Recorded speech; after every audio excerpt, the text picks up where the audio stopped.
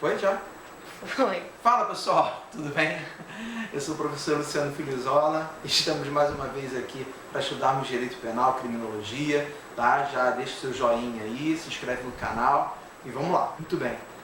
Hoje vamos trabalhar questões bem básicas sobre pena privativa de liberdade, tá? Então, quais são as espécies? Nós temos duas espécies definidas pela própria legislação, pelo próprio preceito secundário dos tipos penais. Porque, pela lei, como é que se define? A lei de introdução ao Código Penal já define que crime é todo ilícito sancionado com uma pena privativa de liberdade, ou seja, com reclusão ou detenção. Qual é a diferença? Hoje em dia, muito pouca.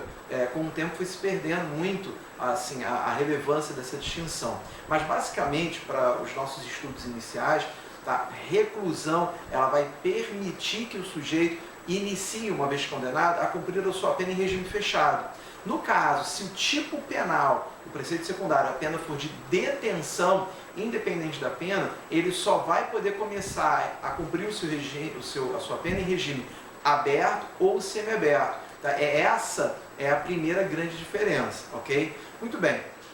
Só que aí, se o sujeito ele foi punido com reclusão, porque o tipo penal assim determina, um furto, roubo, homicídio, certo? Então, se a pena é reclusão, pena 6 a 20 anos, então qual o critério que o juiz vai adotar para definir o regime inicial? Ele vai ser aberto, semiaberto ou fechado? Então, o melhor caminho, o melhor guia, então, para quem está na faculdade, para quem está estudando para concurso, pega o artigo 33 do Código Penal. Então, ali ele vai trazendo os conceitos, as tabelinhas, para a gente poder se guiar, para se orientar, para definir o melhor critério. Então, basicamente é o seguinte: então, se o sujeito ele foi condenado a uma pena ali até 4 anos, então, aberto. Se for ali de 4 até 8, então a pena vai ser, o regime inicial vai ser o semiaberto. Acima de 8 anos, regime fechado. Salvo se ele for reincidente. Lembrando, então, que a reincidência é quando o sujeito ele já praticou um crime, tendo uma condenação transitada em julgado pela prática de um crime anterior, tendo também aquelas questões referentes à contravenção. Então, só vai haver reincidência se ele for condenado por uma contravenção, transitou em julgado e pratica uma nova contravenção. Por quê? Se ele foi condenado por uma contravenção, transitado em julgado e depois ele pratica um crime, por ausência de previsão legal, ele não será reincidente. Nós vamos trabalhar com a noção, a ideia básica. Se ele pratica um crime, é condenado, transitou em julgado, e ele pratica um novo crime, então ele é considerado reincidente, independente dos crimes. Podem ser crimes diferentes, lesão corporal, furto, estupro, qualquer coisa. E aí, então, se ele for reincidente, essa regra do regime inicial muda um pouco. Por quê? Se ele foi condenado a uma pena de 4 a 8 anos, então ele teria direito a começar no regime semiaberto, sendo reincidente ele vai para o fechado. Se ele tiver uma pena abaixo de 4 anos, que poderia começar no aberto, ele é jogado para o semiaberto, ok? Então a reincidência ela altera, ela faz com que o sujeito vá para um regime um pouco mais rigoroso. E qual a principal diferença entre os regimes? Ora, regime fechado, o sujeito ele deve cumprir a sua pena em uma instituição de segurança máxima ou média.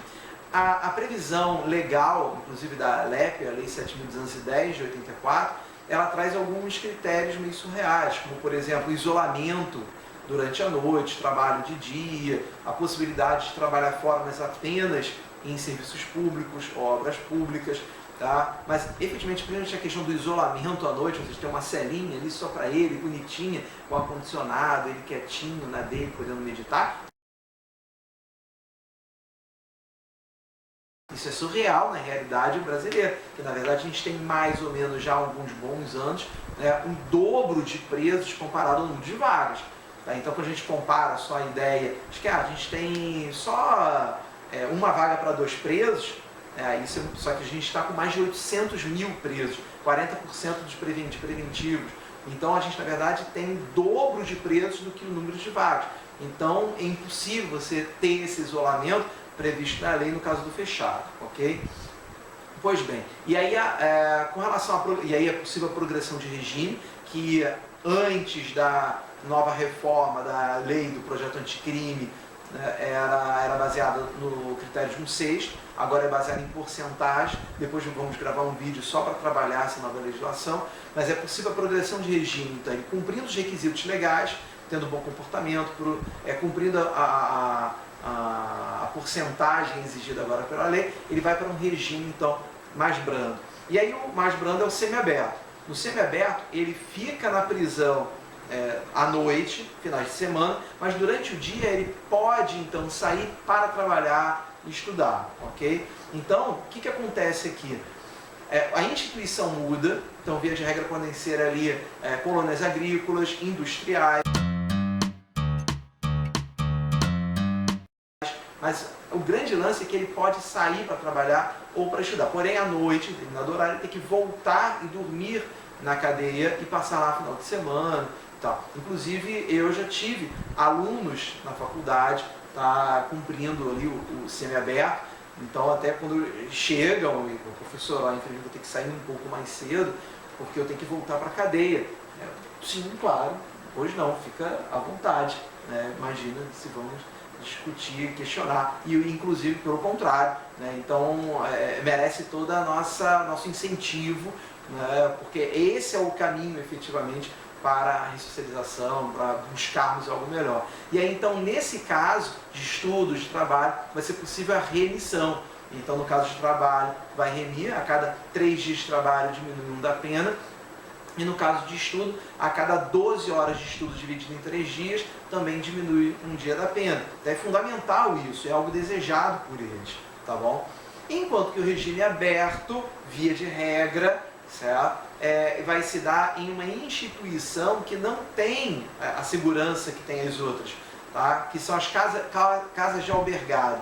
Então, as casas de albergado são instituições que não tem muro, não tem guarda armado, certo? Então, o sujeito, ele vai dormir, passar o final de semana, e durante o dia ele está solto, via de regra, para trabalhar, para estudar, porém, trata-se de instituições muito mais opressivas, tá? Então, ele tem uma folha de ponto, e então ele vai poder sair.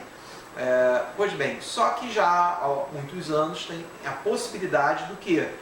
Da tornozeleira eletrônica, o monitoramento eletrônico. Com esse monitoramento eletrônico, aqueles que estão no regime aberto, ele vai poder ficar em casa. Só que esse monitoramento ele não é um GPS, não vai ficar seguindo ele. Você tem um aparelho em casa e aí em determinado horário identifica a presença dele na casa, ok? Porém, tratando-se de Brasil, sabemos que às vezes dá problema, a manutenção não é lá essas coisas, e aí começou a faltar, começou a quebrar, dar problema, né, e faltar equipamento, e então estão voltando com algumas casas de albergado, ok? Aí uma questão que surge, e se na comarca em que o sujeito está cumprindo a pena dele, acabou a tornozeleira, deu defeito, acabou o contrato, ninguém faz a manutenção, e não tem casa de albergado. Como é que faz com esse sujeito? Ele volta para o presídio onde ele estava no semiaberto? Muito bem. Já teve muita discussão, César Roberto Bittencourt caía de pau em cima disso, falando, não, eu não posso colocar o sujeito numa condição pior em razão de uma culpa, de uma negligência do Estado, que ele deveria organizar e providenciar a casa de albergado, a tornozeleira. Muito bem. E aí, com isso, o STF, já há alguns anos, entende efetivamente não é possível colocá-lo numa situação pior em razão de uma negligência do Estado. Então, o entendimento é que, se na comarca não tiver tornozeleira, não tiver casa de albergado, prisão domiciliar, mesmo sem monitoramento eletrônico, exatamente para se garantir, certo, o direito fundamental ali do preso de não ser imposto a ele uma medida mais coercitiva, mais severa do que aquela que ele efetivamente merece segundo a lei, tá ok? Então, pessoal, basicamente é essa a construção, essas são as possibilidades, as espécies de penas privativas de liberdade, ok? Espero que tenham gostado, né? Não deixe de nos seguir nas redes sociais e também aperta aí também o sininho para que sempre que tiver vídeo para vocês serem avisados aí. Então, valeu e até a próxima!